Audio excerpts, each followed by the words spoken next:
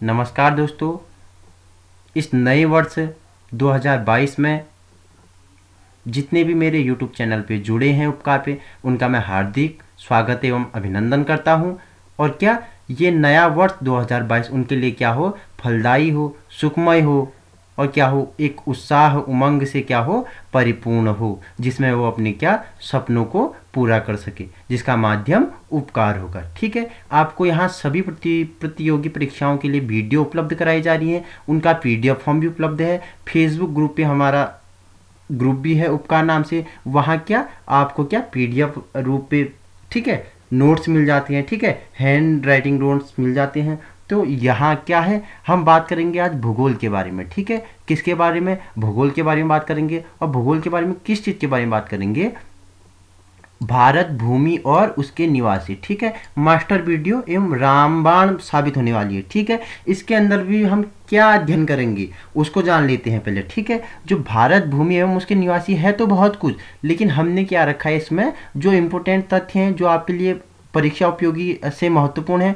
उनको हमने इसमें क्या किया है, संलग्न किया है। तो उसमें हम क्या पढ़ेंगे, उसमें हम पढ़ेंगे भारत का भौगोलिक वर्गीकरण के बारे में पढ़ेंगे। ठीक है, भारत से सटी अंतर्राष्ट्रीय सीमा रेखा, जिससे परीक्षाओं में प्रश्न पूछे जाते हैं, ठीक है, उसके बारे में अध्ययन करेंगे। स्थल एवं जल, भारत की प्रमुख चोटियों के बारे में अध्ययन करेंगे। ठीक है, और क्या करेंगे हम, जलवायु का वर्गीकरण, जैव विविधता, जनसंख्या और जनघनत्व, ठीक है, इसके बारे में क्या करेंगे। और जो जनगणना थी उसके बारे में क्या करेंगे, व्याख्यात्मक रूप में चर्चा करेंगे। और महत्वपूर्ण तथ्यों का संकलन है, जो सभी उत्तराखंड परीक्षा उपयोगी तथ्य इसमें शामिल है, संपूर्ण निचोड़ है। ठीक है, तो आइए प्रारंभ करते हैं, भारत भूमि और उसके निवासी। ठीक है, तो पहले हम बात कर लेते हैं भारत का सामान्य परिचय। ठीक है, भारत के सामान्य परिचय आपको बता देता हूं कि भारत पृथ्वी का एक ऐसा अनूठा स्थान है जहां पर लगभग सभी प्रकार की मौसमी दशाएं पाई जाती है। क्या बोल रहा है, भारत जो पृथ्वी है ना, पृथ्वी का भारत एक ऐसा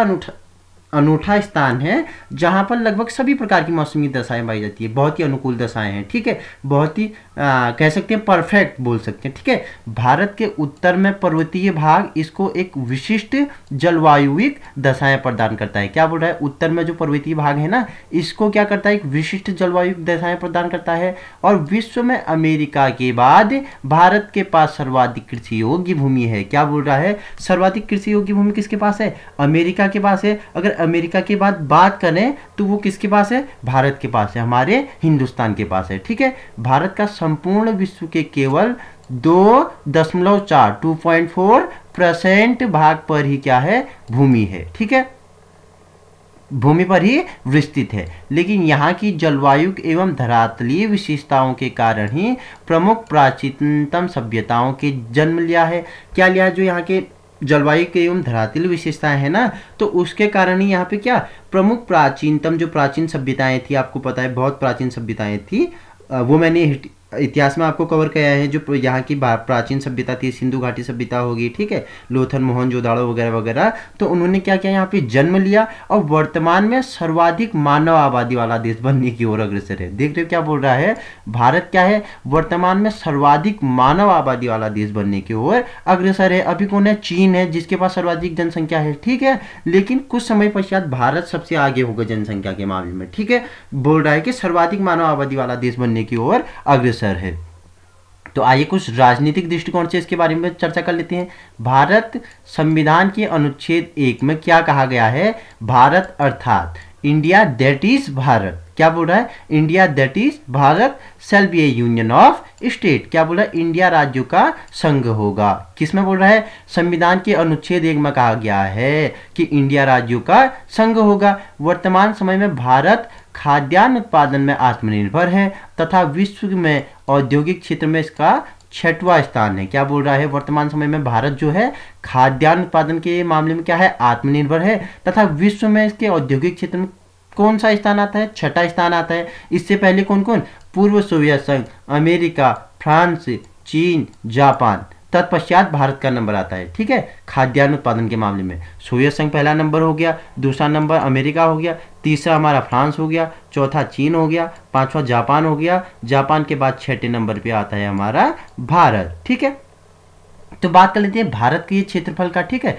तो इसका क्षेत्रफल कितना है, 32,87,263 वर्ग किलोमीटर। आप इसे कैसे भी लिख सकते हो, 32.87 लाख वर्ग किलोमीटर, ठीक है, ये भी आप लिख सकते हो, ठीक है। विश्व में इसका 7वां स्थान है, ठीक है, क्षेत्रफल की दृष्टि से विश्व में 7वां स्थान, और जनसंख्या की दृष्टि से करें दूसरा स्थान। तो देख लेते हैं क्षेत्रफल की दृष्टि से, पहला कौन है, रूस है, दूसरा कनाडा, तीसरा यूएसए, चौथा चीन, पांचवा ब्राजील, छठा अमेरिका, छठा ऑस्ट्रेलिया, सातवां भारत, ठीक है। क्या बोल रहा है कि क्षेत्रफल में सबसे पहले रूस हो गया, कनाडा हो गया, यूएसए हो गया, चीन हो गया, ब्राजील, ऑस्ट्रेलिया के बाद क्या क्षेत्रफल की दृष्टि में भारत का क्या आता है, स्थान आता है। और भारत विश्व में जनसंख्या की दृष्टि से दूसरा बड़ा देश है, जनसंख्या की दृष्टि से दूसरा बड़ा देश है, और क्षेत्रफल की दृष्टि से 7वां बड़ा देश है, याद रखना, ठीक है। क्षेत्रफल की दृष्टि से 7वां, जनसंख्या की दृष्टि से दूसरा, और जनसंख्या की दृष्टि से पहला किसका नंबर है, चीन का नंबर है, ठीक है। इसके उत्तर में हिमालय, ठीक है, पूर्व में बंगाल की खाड़ी, दक्षिण में हिंद महासागर एवं पश्चिम में अरब सागर स्थित हैं, ठीक है। वो मैं आपको क्या अभी मैप मानचित्र के सहायता से समझाऊंगा। भारत पूर्णतः उत्तरी गोलार्ध में स्थित है, ठीक है। भारत कहाँ है, पूर्णतः उत्तरी गोलार्ध में स्थित है।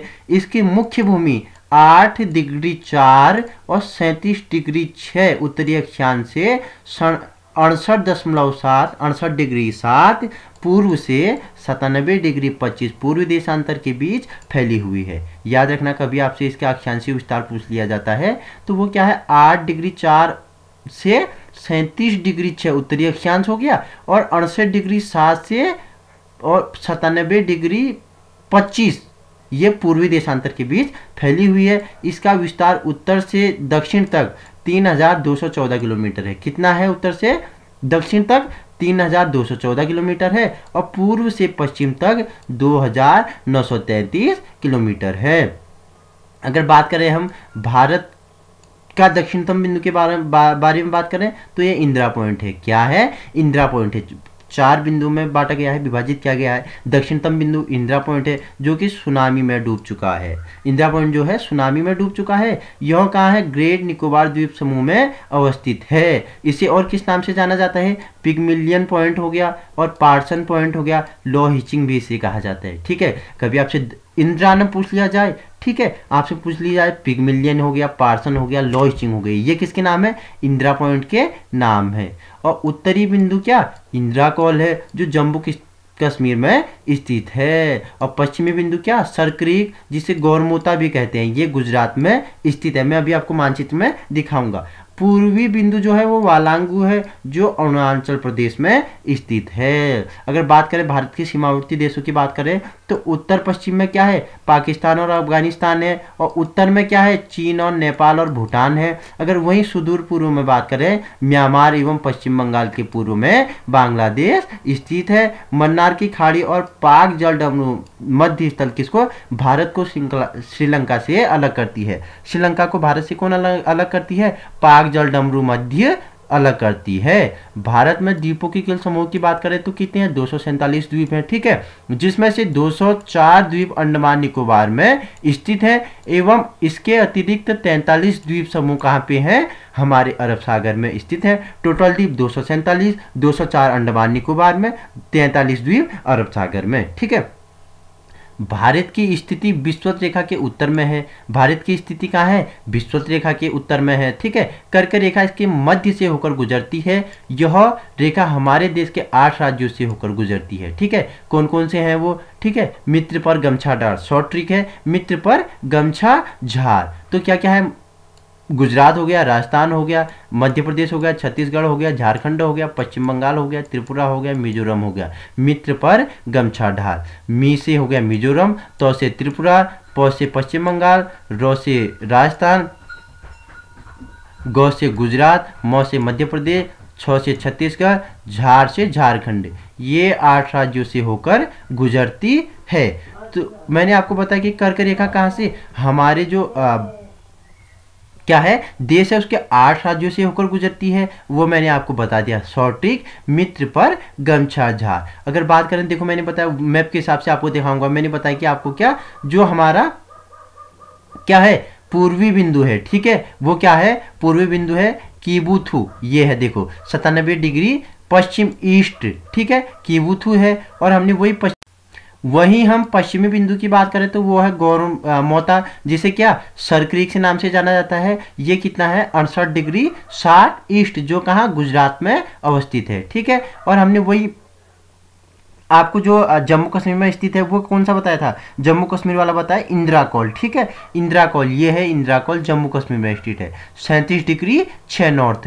वही मैं आपको बताया इंदिरा पॉइंट जो ये है, ठीक है, ये कहाँ पे था, ग्रेट निकोबार में अवस्थित है, जो कि सुनामी में डूब चुका है, 8 डिग्री 4 नॉर्थ। और इसे पिग्मिलियन हो गया, पार्सन हो गया, और लॉ हिचिंग के नाम से भी इसे जाना जाता है। और वही मैंने आपको बताया कि जो उत्तर से दक्षिण तक इसका क्या है, विस्तार है, उत्तर से लेके दक्षिण तक इसका कितना विस्तार है, मैंने बताया था आपको 3214 किलोमीटर, ठीक है, 3214 किलोमीटर, ठीक है। और वहीं पूर्व से पश्चिम तक 2933 किलोमीटर, 2933 किलोमीटर। तो आइए आगे बढ़ते हैं। मैंने बताया कि इसका जो कर्क रेखा है, देखो कर्क रेखा, ठीक है, ये 8 राज्यों से होकर गुजरती है, जिसमें मैंने बताया मित्र पर गमछार झार, ये इजी ट्रिक है, ठीक है, मिजोरम, त्रिपुरा, पश्चिम बंगाल, राजस्थान, गुजरात, मध्य प्रदेश, छत्तीसगढ़, झारखंड, ठीक है, मित्र पर गमछा झार, ठीक है, ये 8 राज्यों से होकर गुजरती है।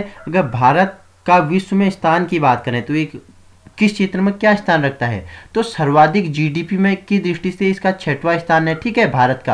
अगर वन संपदा की बात करें तो इसका 10वां स्थान है, वन संपदा में। क्षेत्रफल की दृष्टि से 7वां स्थान है, और जनसंख्या की दृष्टि से दूसरा स्थान है। वेरी इंपॉर्टेंट है, याद रखना, सर्वाधिक जीडीपी, ठीक है, जीडीपी सकल घरेलू उत्पाद, ग्रॉस डोमेस्टिक प्रोडक्ट बोलते हैं, ठीक है, जीडी का फुल फॉर्म, उसमें 6वां स्थान रखता है भारत। वन संपदा की दृष्टि से 10वां स्थान रखता है, और क्षेत्रफल की दृष्टि से 7वां स्थान रखता है, और जनसंख्या की दृष्टि से कितना, दूसरा स्थान रखता है। पहला स्थान कौन रखता है, चीन रखता है। वहीं हम कुछ परीक्षा उपयोगी तथ्यों की बात कर लेते हैं जो परीक्षाओं में पूछे जाते हैं। 8 डिग्री चैनल के बारे में, किसके बीच अवस्थित है, ठीक है, ये मालदीव एवं मिनिकॉय के बीच स्थित है 8 डिग्री चैनल। वहीं 9 डिग्री चैनल लक्षद्वीप एवं मिनिकॉय में है। देखो क्या है, 8 हो गया मालदीव एवं मिनिकॉय के बीच, वही मालदीव के स्थान पे अगर लक्षद्वीप आ जाएगा 9 डिग्री पे, ठीक है, लक्षद्वीप एवं मिनिकॉय के बीच। वही 10 डिग्री चैनल की बात करें, अंडमान एवं निकोबार के बीच स्थित है, ठीक है।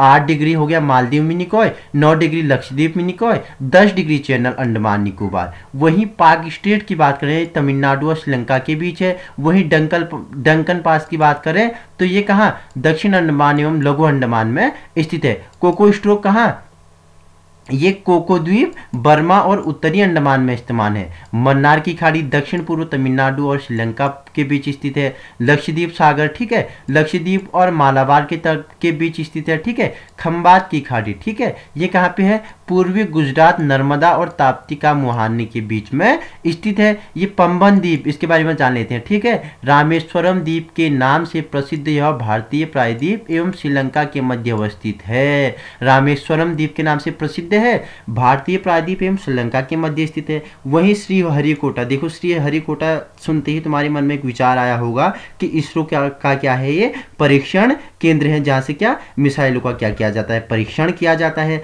तो ये आंध्र तट पर स्थित है, ठीक है, आंध्र तट पर इसरो का परीक्षण केंद्र है, जो आंध्र तट एवं उड़ीसा के समीप एवं बीच में स्थित है। यह मिसाइल केंद्र परीक्षण की वजह से प्रायतः समाचार पत्रों में रहता है, ठीक है। कौन सा रहता है, व्हीलर द्वीप। श्रीहरिकोटा मैंने बताया आंध्र तट पर इसरो का परीक्षण केंद्र है, ठीक है। वही व्हीलर द्वीप मैंने बताया उड़ीसा तट के समीप स्थित है। यह मिसाइल केंद्र परीक्षण की वजह से क्या रहता है, प्रायतः समाचार पत्रों में चर्चित रहता है। अब वही बात कर लेते हैं प्राकृतिक पृष्ठभूमि के बारे में, ठीक है। प्राकृतिक जो पृष्ठभूमि है इसमें देशों के बारे में जान लेते हैं, ठीक है। जैसे बांग्लादेश हो गया, ठीक है, भारत के समीपवर्ती देश, चीन हो गया, पाकिस्तान हो गया, नेपाल हो गया, म्यांमार हो गया, भूटान हो गया, अफगानिस्तान हो गया, ठीक है। आइए इनके बारे में जान लेते हैं। लंबाई के आधार पर ये विभाजित किए गए हैं हमने, ठीक है। अगर आपको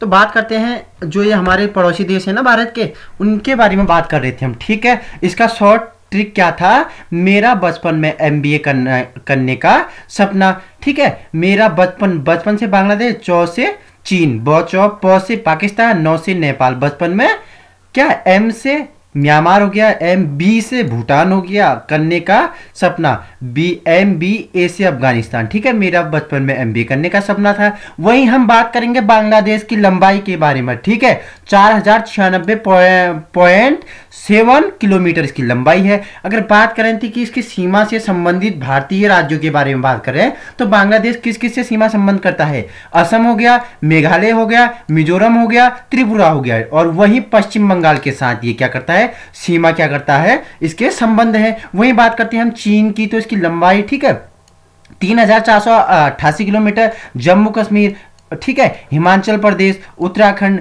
सिक्किम, अरुणाचल प्रदेश, ठीक है, ये क्या है, इसके सीमा संबंधित देश हैं। वहीं बात करेंगे हम पाकिस्तान की, जिसकी लंबाई 3323 किलोमीटर। गुजरात, राजस्थान, पंजाब और जम्मू एंड कश्मीर से क्या करता है, ये संबंधित है, इसकी सीमाएं। ठीक है, वहीं बात करते हैं नेपाल की, 1751 किलोमीटर। ठीक है, लंबाई इसकी 1751 किलोमीटर। उत्तर प्रदेश, बिहार, पश्चिम बंगाल, सिक्किम, उत्तराखंड से क्या करता है, ये सीमा इसके लगते हैं। वहीं बात करेंगे म्यांमार, 1643 किलोमीटर। ठीक है, किलोमीटर की इसकी लंबाई है। वहीं ये किसके साथ सीमा संबंध करता है, अरुणाचल प्रदेश हो गया, नागालैंड हो गया, मिजोरम हो गया और मणिपुर हो गया। और भूटान की बात करते हैं 699, सिक्किम, असम, पश्चिम बंगाल, अरुणाचल प्रदेश। ठीक है, वहीं बात करेंगे अफगानिस्तान की, 106 किलोमीटर। ठीक है, जम्मू कश्मीर पाक अधिकृत वाला क्षेत्र ये क्या करता है, सीमा संबंधित करता है। ये थे भारत के पड़ोसी देश थे। मेरा बचपन में एमबीए करने का सपना, आपका भी है क्या एमबीए करने का सपना?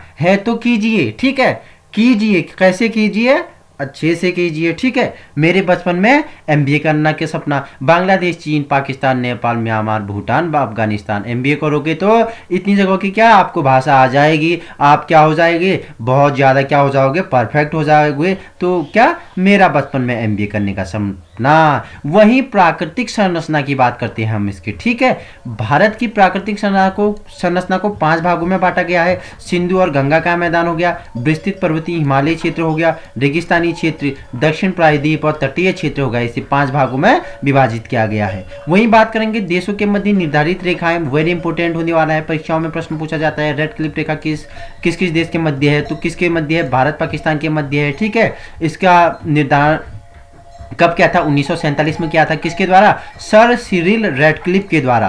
किसके द्वारा, सर सिरिल रेडक्लिफ के द्वारा। और ये रेडक्लिफ भारत और बांग्लादेश देश के बीच भी है। किसके बीच है, रेडक्लिफ भारत पाकिस्तान, भारत बांग्लादेश। निर्धारण कब किया, 1947 में, किसके द्वारा, सर सिरिल रेडक्लिफ के द्वारा। वहीं बात करेंगे मैकमोहन रेखा के बारे में। ठीक है, बहुत ही ज्यादा कंफ्यूज होते हैं बच्चे रेडक्लिफ और मैकमोहन पे। मैकमोहन भारत चीन के बीच है, जिसका निर्धारण कब, 1914 में हेनरी मैकमोहन द्वारा किया गया। किसके द्वारा किया गया, हेनरी मैकमोहन द्वारा किया गया। वहीं बात करें डुरंग, ठीक है, डुरंग रेखा के बारे में, भारत और अफगानिस्तान के बीच है। 1896 में क्या, मोर्टिमर डुरंग ने इसका क्या किया, निर्धारण किया। ठीक है, 70वीं समांतर रेखा ये किसके बीच है, उत्तरी और दक्षिणी वियतनाम के बीच है। ठीक है, 24वीं समांतर रेखा भारत और पाकिस्तान के बीच है। ठीक है, ये क्या थी, प्रमुख रेखाएं हैं जिसमें परीक्षा में क्या पूछा जाता है, रेडक्लिफ और मैकमोहन, जो कंफ्यूज करने वाले होते हैं। ठीक है, Radcliffe Bharat Pakistan, Bharat Afghanistan, sir Cyril Radcliffe ने 1947 में इसका निर्धारण किया।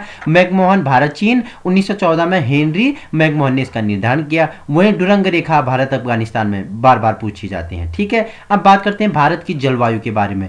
भारत में जलवायु को आमतौर पे उष्णकटिबंधीय मानसून के रूप में विभाजित किया जा सकता है। किसके रूप में, उष्णकटिबंधीय मानसून के रूप में विभाजित किया जा सकता है। भारत की जलवायु पर 2 प्रकार की मौसमी दशाएं प्रभाव डालती है। ठीक है, 2 प्रकार की मौसमी हवाएं प्रभाव डालती हैं। कौन कौन से हैं, उत्तरी पूर्वी मानसून, दक्षिणी पश्चिमी मानसून। ये क्या करते हैं, भारतीय मौसम पे क्या करते हैं, प्रभाव डालती हैं। उत्तरी पूर्वी मानसून को आमतौर पर शीत मानसून कहा जाता है।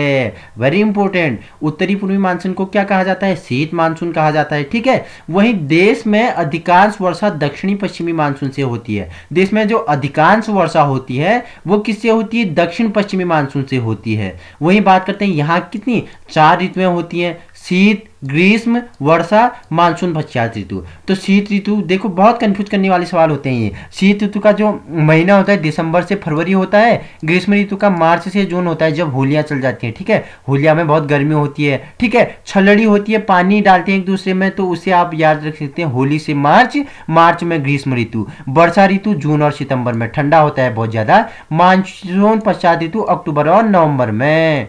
तो हमने मानसून की बात कर ली है, यहाँ की ऋतुओं की बात कर ली है, शीत, ग्रीष्म, वर्षा, मानसून, पश्चात ऋतु, दिसंबर, फरवरी, मार्च, जून, जून, सितंबर, अक्टूबर, नवंबर, ठीक है।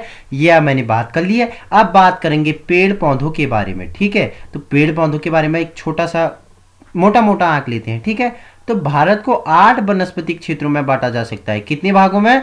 8 वनस्पतिक क्षेत्रों में बांटा जा सकता है। पहला है पश्चिमी हिमालय क्षेत्र, दूसरा है पूर्वी हिमालय क्षेत्र, तीसरा है असम क्षेत्र, चौथा सिंधु मैदानी क्षेत्र, पांचवा गंगा का मैदानी क्षेत्र, छठा दक्कन क्षेत्र, जो सातवां हमारा होता है वो मालाबार क्षेत्र, आठवां है अंडमान क्षेत्र। ये क्या है? पेड़ पौधों को, वनस्पति को 8 क्षेत्रों में बांटा गया है। पश्चिमी हिमालय क्षेत्र हो गया, पूर्वी हिमालय क्षेत्र हो गया, असम क्षेत्र, सिंधु के मैदानी क्षेत्र हो गया, हमारा गंगा का मैदानी क्षेत्र हो गया, दक्कन क्षेत्र हो गया, मालाबार क्षेत्र हो गया, अंडमान क्षेत्र होगा। ये पेड़ पौधों को कितने 8 वर्गों में बांटा जा सकता है। उसी के साथ हम बात करते हैं जीव जंतु से। एक फैक्ट लिया गया है, वेरी इंपॉर्टेंट है, ठीक है, स्टार लगा लीजिए, कि भारतीय प्राणी सर्वेक्षण विभाग जिसका मुख्यालय कहाँ है? कोलकाता में स्थित है, ठीक है। पूछ लिया जाए आपसे कभी भारतीय प्राणी सर्वेक्षण का विभाग का मुख्यालय कहाँ है? यह हमारे कोलकाता में स्थित है। अब बात करते हैं पॉपुलेशन की, ठीक है, जनसंख्या के बारे में बात करते हैं, जिससे क्या प्रश्न बनते हैं, वेरी इंपॉर्टेंट होने वाला है। जनसंख्या की ऐतिहासिक पृष्ठभूमि की बात कर लेते हैं पहले।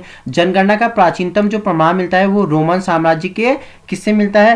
कैडेस्ट्रियल सर्वे से मिलता है। कब मिलता है? 1500 ईस्वी पूर्व मूसा द्वारा इजराइल के निवासियों की जनगणना का उल्लेख मिलता है।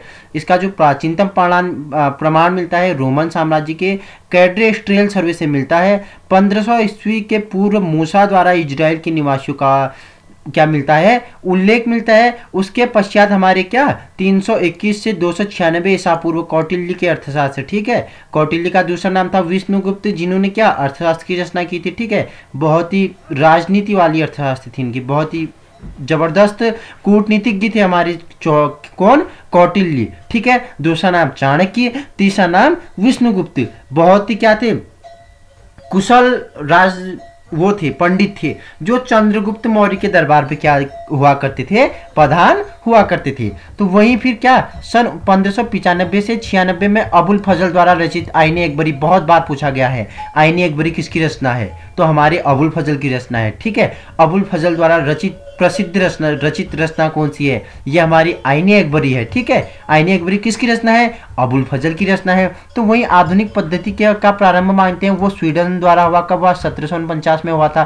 फिर उसके बाद इंग्लैंड में हुआ 1801 में। उसके पश्चात हमारा अमेरिका में हुआ 1890 में। तत्पश्चात अमेरिका द्वारा सर्वप्रथम दशकीय जनगणना कराई गई थी। किसके द्वारा सर्वप्रथम दशकीय जनगणना कराई गई?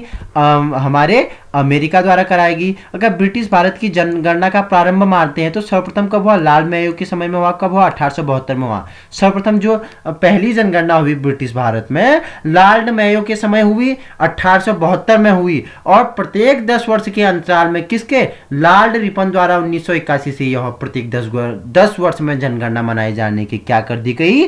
घोषणा कर दी गई। देश की जनगणना का दायित्व भारतीय संविधान के अनुच्छेद 246 के अंतर्गत केंद्र सरकार को दिया गया है। जनगणना का जो दायित्व दिया गया है भारतीय संविधान में का अनुच्छेद 246 केंद्र सरकार को दिया गया है।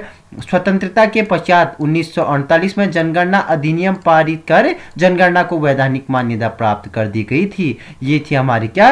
पॉपुलेशन, जनगणना के बारे में, ठीक है। जनसंख्या और जनगणना के बारे में, ठीक है। जनसंख्या के बारे में जो हमने कब बताया, पहली ब्रिटिश भारत की पहली जनगणना 1872 लॉर्ड मेयो के समय, वेरी इंपॉर्टेंट होने वाला है। और ये न पूछ लिया जाए, आपसे पूछ लिया जाए प्रत्येक 10 वर्ष के अंतराल में किसके समय काल में 10 वर्ष के समय में जनगणना मनाए जाने की घोषणा की कि सन क्या था? तो लॉर्ड रिपन के समय 1881। तो ठीक है, बात कर लेते हैं पॉपुलेशन पॉलिसी 2000 के बारे में, जनसंख्या नीति के बारे में। तो आइए इसके बारे में जान लेते हैं महत्वपूर्ण फैक्ट। भारत में सर्वप्रथम जनसंख्या नीति बनाने का सुझाव 1960 में के दशक माना जाता है। वर्ष 1976 में देश की पहली जनगणना नीति की घोषणा की गई और 1978 नोट करना, ठीक है, एक्स्ट्रा नॉलेज नोट करना, एक्स्ट्रा नॉलेज 1978 में जनता पार्टी द्वारा, सरकार द्वारा जनसंख्या नीति की घोषणा की गई, ठीक है, वेरी इंपॉर्टेंट है। जनसंख्या आयोग के बारे में बात कर लेते हैं, ठीक है। तो 11 मई 2000 को तत्कालीन प्रधानमंत्री डॉक्टर मनमोहन सिंह जी की अध्यक्षता में नेशनल पॉपुलेशन कमीशंस, एनपीसी का फुल फॉर्म क्या है, नेशनल पॉपुलेशन कमीशंस का गठन किया गया। अगर बात करें एनपीसी के सदस्य, नेशनल पॉपुलेशन कमीशन के सदस्य की बात करें तो इसमें उपाध्यक्ष कौन होता है, योजना आयोग के उपाध्यक्ष होते हैं, एक दो उपाध्यक्ष होते हैं, एक तो योजना आयोग के हो गए, दूसरा केंद्रीय स्वास्थ्य एवं परिवार कल्याण मंत्री इसके क्या होते हैं, उपाध्यक्ष होते हैं। वही बात करते हैं हम राष्ट्रीय जनसंख्या कोष की, ठीक है, इसके बारे में जान लेते हैं। फरवरी 2000 में घोषित क्या न्यू पॉपुलेशन पॉलिसी में क्रियान्वित के लिए फरवरी 2003 में नेशनल पॉपुलेशन फंड की स्थापना की गई, जिसमें 100 करोड़ की प्राथमिक पूंजी के साथ किया गया। क्या किया गया, फरवरी 2003 में नेशनल पॉपुलेशन फंड की स्थापना की और जमा पूंजी कितनी थी, 100 करोड़ की जमा पूंजी के साथ क्या किया गया, इसका स्थापना किया गया। कोष के पदेन अध्यक्ष की बात करें तो हमारे प्रधानमंत्री जी होते हैं, उपाध्यक्ष की बात करें केंद्रीय स्वास्थ्य एवं परिवार कल्याण मंत्री जी इसके उपाध्यक्ष होते हैं। वहीं हम अब एक्स्ट्रा नॉलेज की बात कर लेते हैं, अन्य महत्वपूर्ण प्रश्नों के बाद बात कर लेते हैं जो इंपोर्टेंट होने वाले, ठीक है। तो देश की प्रथम नदी मानजुली है, जो कि लगभग 880 वर्ग किलोमीटर क्षेत्र में विस्तृत यह द्वीप ब्रह्मपुत्र असम पर स्थित है। इसने अमेजन नदी में स्थित ब्राजील के मराजो द्वीप को पीछे छोड़ दिया है। अमेजन नदी में स्थित ब्राजील के मराजे द्वीप को इसने क्या कर दिया, पीछे छोड़ दिया और विश्व की सबसे बड़ी नदी द्वीप बन गया। असम सरकार ने इसे प्रथम नदी जिला घोषित कर दिया गया, किसे, जिला नदी मानजुली को, ठीक है, कि इसकी लंबाई कितनी है, 880 वर्ग किलोमीटर है। वहीं दूसरा फैक्ट, देश का पहला रक्षा औद्योगिक पार्क कहाँ, ओटटापल्लम में, ठीक है, ओटटापल्लम केरल में स्थापित किया गया। डाल्फिन सूचना केंद्र, देश का सबसे पहला घड़ियाल अभ्यारण्य चंबल में ही देश का पहला डाल्फिन सूचना केंद्र भिंड के बरही घाट पर बताया जाना प्रस्तावित है। देश की सबसे लंबी सुरंग की बात करें, चिनानी है, चिनारी नासरी है, सुरंग कहाँ है, श्रीनगर है, कौन से हाईवे पे है, NH-24 पे है। अगर इसकी उद्घाटन की बात करें 2 अप्रैल 2017 को हमारे माननीय प्रधानमंत्री नरेंद्र मोदी जी द्वारा किया गया, ठीक है।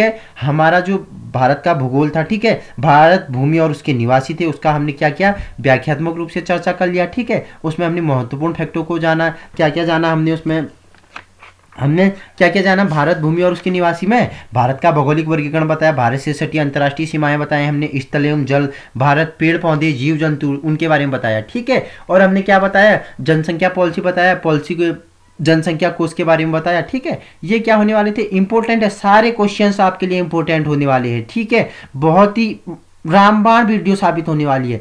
ऐसा वीडियो आपको यूट्यूब पे नहीं मिलेगा जिसमें क्या हमने शून्य से शिखर तक चढ़े हैं, ठीक है। और बहुत ही इंपॉर्टेंट सीरीज चला हुआ है। अगर आपको इसका PDF फॉर्म चाहिए, हमारे टेलीग्राम ग्रुप से जुड़ सकते हो, जिसका लिंक मैंने डिस्क्रिप्शन पे डाल दिया गया है। हमारे फेसबुक से ग्रुप पे डाल सकते हो, हिंदी में उपकार सर्च मार के, ठीक है, जो आपको क्या सभी प्रतियोगी परीक्षाओं के लिए क्या करता है, तैयार करता है, एक प्लेटफॉर्म में देता है और ऐसे हैंड राइट नोट्स को बना के देता है जो क्या होता है बहुत ही इंपॉर्टेंट साबित होता है, ठीक है। हिंदी की वीडियो हमारी है जिसपे क्या घोष, संघोष, अल्पप्राण, स्वर व्यंजन, महाप्राण, संधि, विच्छेद वगैरह बहुत ही इजी शब्दों में बताया गया है, ठीक है। महाप्राण, अल्पप्राण आप आज तक नहीं समझ पाए, बहुत ही इजी शब्दों में आपको बताया गया है।